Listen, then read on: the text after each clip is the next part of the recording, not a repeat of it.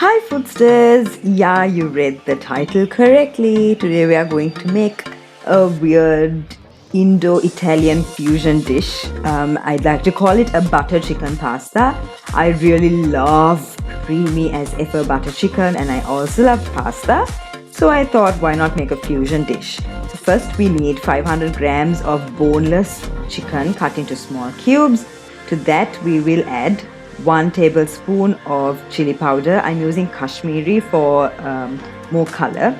Then salt to taste, half teaspoon of turmeric powder, half a teaspoon of garam masala, and 2 cloves of garlic, half-inch piece of ginger, half of a lime, and this is around 50 to 60 milliliters of buttermilk. That's basically just milk with around 1 teaspoon of lime juice. You can even use curd instead. So we've just made ourselves a simple marinade and we let this guy sit for around half an hour so that it will get tender and juicy. While the chicken is resting, we'll make the thick and creamy gravy. For that, I have taken some oil, 2 large big onions, coarsely chopped. It doesn't have to be very fine. We are going to blend it anyway. And also 3 cloves of garlic, 1-inch piece of ginger.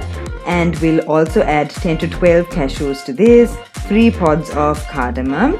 And we'll mix this until it's slightly cooked. And then to this, we will add 500 grams of fresh, ripe, juicy as ever tomatoes. Tomatoes are the main flavor ingredient in a butter chicken gravy.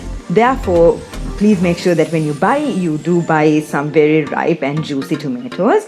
And we will cook this and add a little bit of water, around a quarter cup. And let this simmer in a low flame for a few minutes until you see all those juices coming out and the tomatoes are tender, and we will let that rest and blend it up later. So while that is cooling, now the chicken that was sitting and waiting doing nothing is going to go in the pan with around 1 tablespoon of oil and 2 tablespoons of butter. Because it's butter chicken, you really need to add the actual butter and not margarine. You can even use ghee. And let that saute for a few minutes on each side.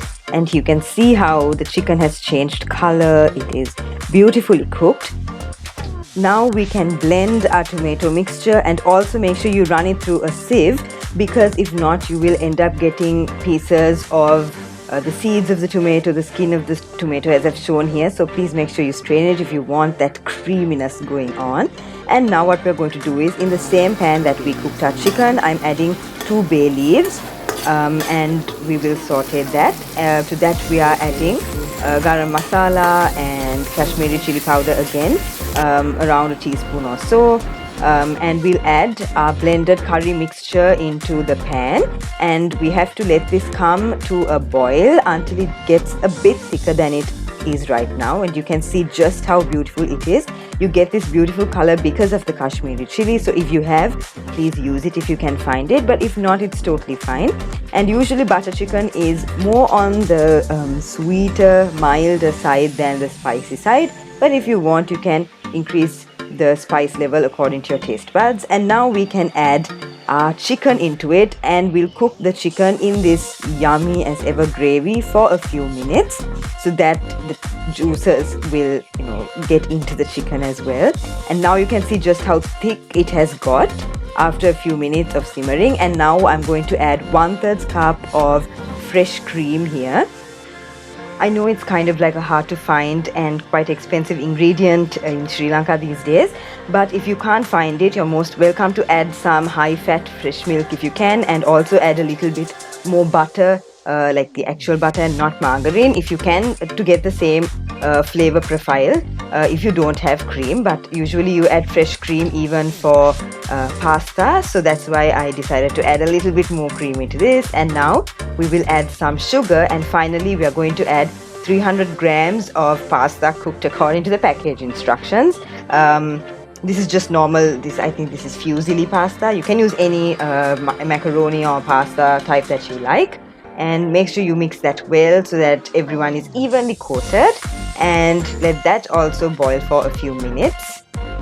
And I'm also going to remove the bay leaves now because, well, why not?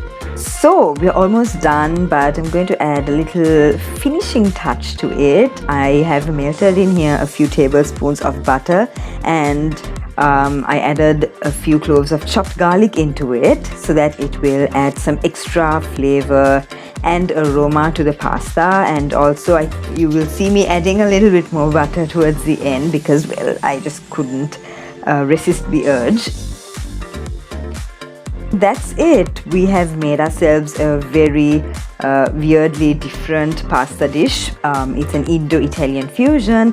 I really hope you try this out. I'm pretty sure you would love it, so please try it out. As always, written recipe will be there in my blog. Thank you very much. Bon appetit!